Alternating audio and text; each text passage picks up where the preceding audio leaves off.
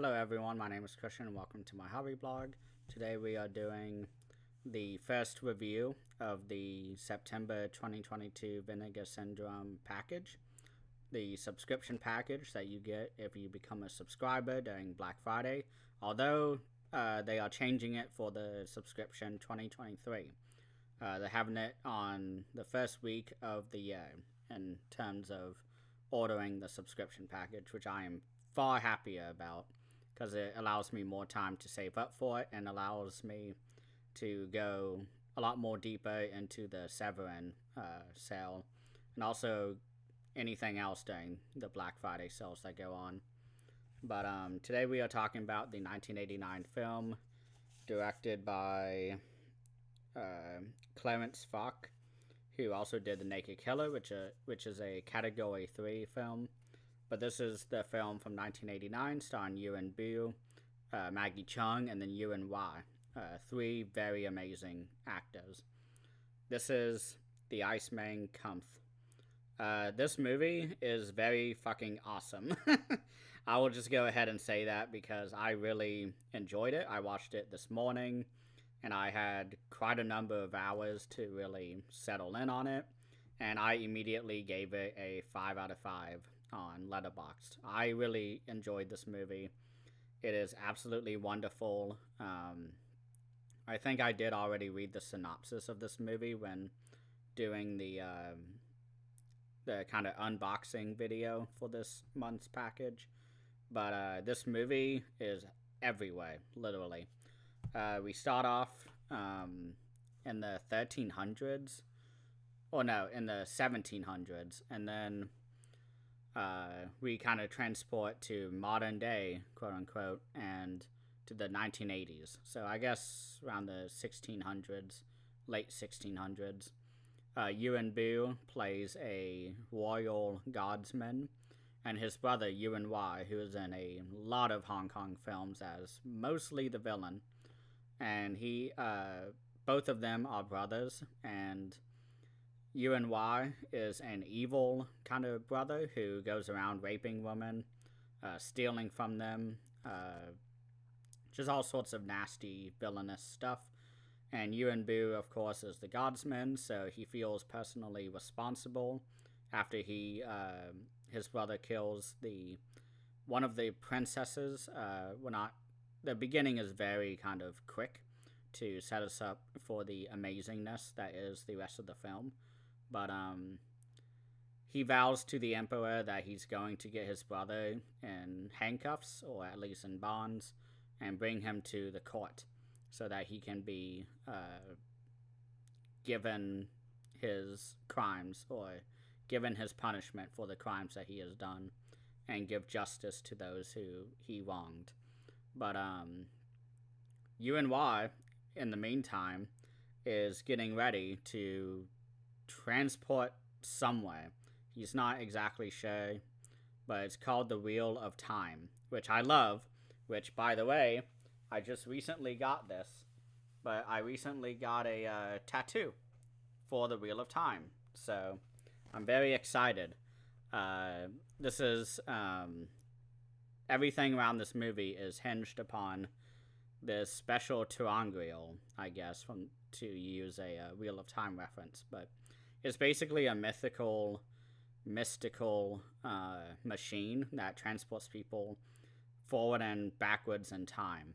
And so Ewan Y, he grabs the black jade statue that is required to use it, and he puts it in, and Ewan Bu stops him. Well, not stops him, but runs in on him in the middle of Ewan Y transporting. So they both get transported 300 years in the future to the 80s, and they kind of have a duel against each other.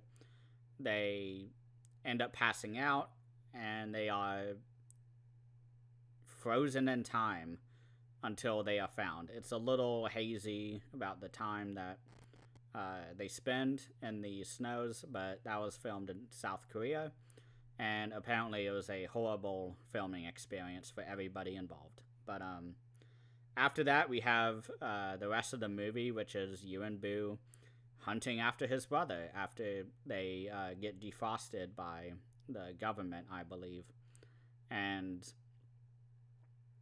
we get a lot of fish out of water humor. That's kind of the strength of the movie, in my opinion. I love this movie a lot. Again, 5 out of 5.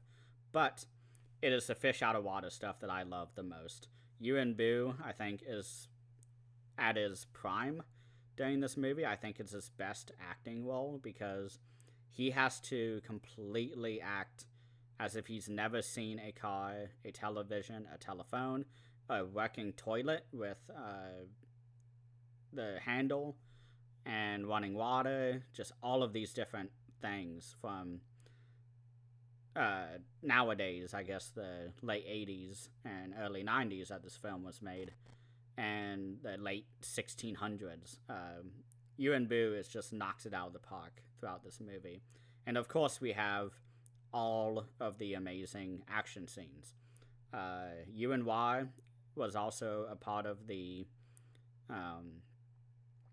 I forgot what it was called, but it's like the Lucky Sevens or something like that, where it was an acting troupe in the I want to say Shanghai acting troupe with a bunch of other very popular, very high esteemed martial artists, such as Koi Yun, who also did Righting Wrongs, that Ewan Boo was also in. Jackie Chan was a part of that troupe. Sammo Hung was in that group.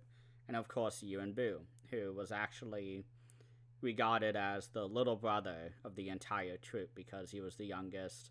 He has that boyish face, which is used to great hilarity throughout this movie, as they don't really know how old he is. But, oh my god, this movie has it all. I think the movie itself is absolutely wonderful. We have Maggie Chung in this film, too, and she is amazing as always, and apparently this was a very hard role for her to play because she plays a cheating,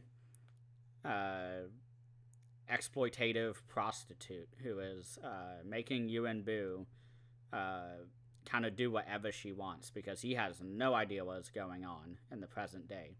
And so she keeps paging him on the little pager and telling him, like, oh my gosh, like, I'm getting raped. And so he, of course, shows up because he's a good man. And he beats up the guy. And then she says, oh, that was just my husband. Give me $5,000 right now, and I won't say anything. And so she definitely has that dark character. And apparently nobody wanted to play this character. And Maggie Chung came in and was like, I can do that. And this is not a role, apparently, that she talks about much, because in the essay on this release, the writer talks about how, although she doesn't view the role negatively, it was a very kind of big dive for her to do. And they rightly say that this was a very brave move by her, because a lot of people were concerned about the image being tarnished after doing such a low type of character. Usually, actresses wanted to have a little better character for them to be. So, on to the special features, because I think the more blind you go into this movie, the better. It is that awesome. But here's the little essay packet that we have. Has the triangle up above, and we have the two brothers fighting each other. Ewan Boo is on a horse, which that horse goes really fast. Goes as fast as a car in this movie. But we also have, of course, the glamour shot of Maggie Chung on the back. So, real quick, this essay is very short. I think it's about 5 pages long, so I'll just show it here. And then we have him on the horse, going fast. And then the last page. And then on the final back, which I think is the most important about this, is about the release. Because if you don't know, 88 Films is doing a heavy release of this. going the wrong way. One of these box sets right here. This is the 88 films, kind of super boxes. But those are the big, thick ones that come with posters, mini essays, and multiple discs. And come to find out, Vinegar Syndrome got the Region A rights to this film and decided to release it. And the 88 Films edition is not out yet. That comes out in the first week, maybe the second week of November, and we're still in the early days of October. But what's noticeable on this release is that there are only 2 new special features on this. One of which is a audio commentary, which I haven't listened to, but they also have a new interview with the cinematographer, which is great. That one is called Frame by Frame, Frame by Frame, which kind of talks about how he approaches film as a cinematographer and what he really enjoys about being a cinematographer and how they filmed very specific clips and scenes in this film. But that's really about it in terms of the new special features. They do have the license to do an interview with Ewan Boo from the early 2000s. I think it was filmed in 2005, but that's really it in terms of the special features. There is another interview with Ewan Wah, which I did not watch. I didn't really want to, honestly. Maybe I should have, but in terms of the actual content of the special features, they're good, but when I'm looking at the 88 Films kind of standard when it comes to these Hong Kong Shaw Brothers Golden Harvest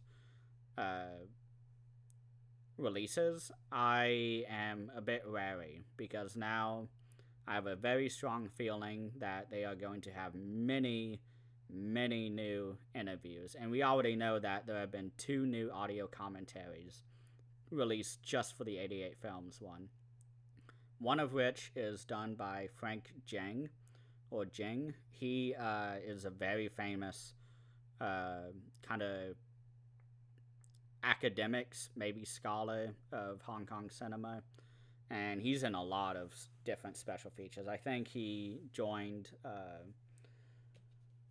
oh my gosh, what's his name? I'm about to look now on this release, but I know Frank Jang is up there with, I'm trying to find the names. Oh my gosh.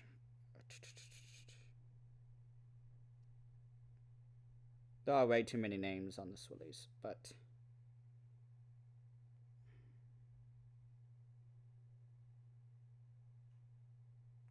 Mike Leader, that's his name. Frank Jing is a heavy hitter in this type of area of film.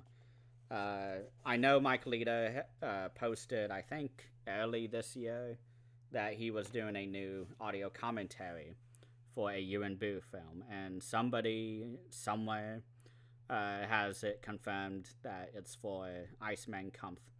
And that alone, that commentary, is making me want to not sell this release because it is a Vinegar Syndrome release that I really love, and I'm not going to get rid of this movie until I have the other one in my hand. But that audio commentary alone with Mike Leader, I'm sure, is going to be absolutely worth the price. And it's really sad to think because they also have a whole other cut of the film for the 88 Films release that was not on this one.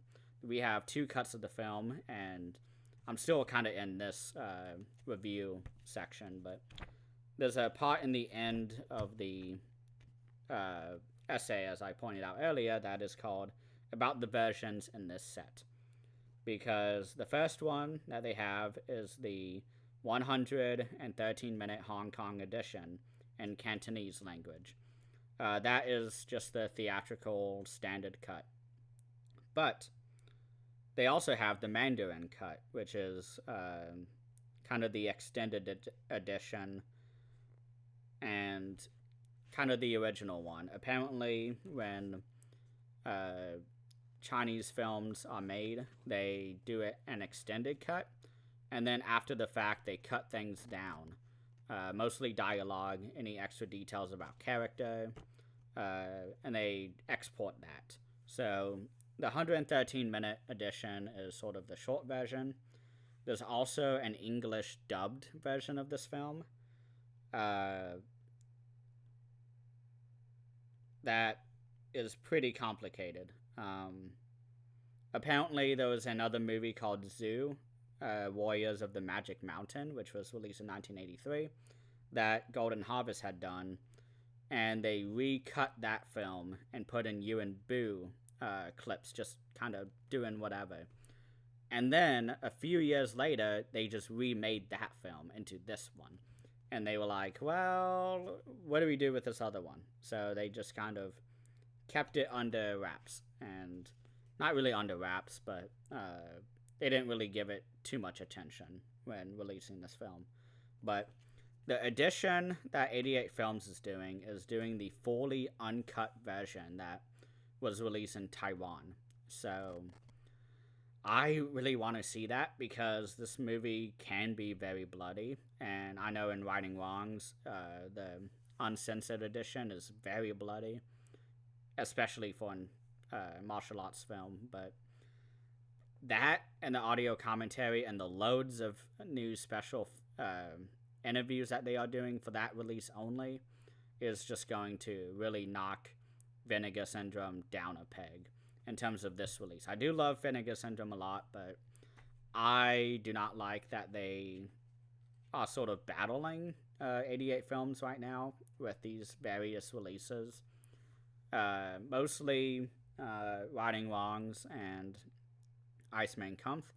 For Righting Wrongs, I am happy with this Vinegar Syndrome edition because we have a new commentary with Mike Kalita and a new one with Cynthia Rothrock. Those two new commentaries alone are amazing. I think I listened to the one by Cynthia Rothrock and commented on it when I reviewed it. But these companies need to stop battling each other for kind of the definitive edition. It just really makes it expensive as a hobby. So movie-wise, this is one of my favorites probably for the month. But in terms of the release, I am just really kind of disappointed because I think 88 Films got to this first and has been putting a whole lot of time, or they came in second. I'm not sure what. Maybe Vinegar Syndrome got to it first with Righting Wrongs, and then maybe 88 Films was able to get the international rights. I'm unsure, but y'all need to stop fighting each other. It's really kind of makes it hard for the consumer to be able to find the definitive edition. And now with these two releases out, it makes it really hard. Would I have bought this if I was not a subscriber? Probably not, because 88 Films really knocks it out of the park with these type of releases, and I know 88 Films is going to eventually release it, and ends up they are. So I think if I was not a subscriber and I heard that Vinegar Syndrome and 88 Films was doing a release, I would have waited for the 88 Films edition, of course, because I am region free, so I can wait. And with a subscription, I obviously don't have a choice in what gets released, but this is a really great movie to release, so I'm really happy to have discovered it now and have gone through the features to where I feel as if I did not get enough mileage out of the special features, especially with what I believe is coming and what has been confirmed. So I'm sorry if this was a little negative, but it is kind of a special case because both companies announced in the same week that they were doing this movie. So a lot of love I have for both companies and a whole lot of love for this movie. So I want it to be the best release that it can be. And so, yeah. Thank you all so much for watching, and please let me know if you've seen this movie and what you think of it. Have a great rest of the weekend.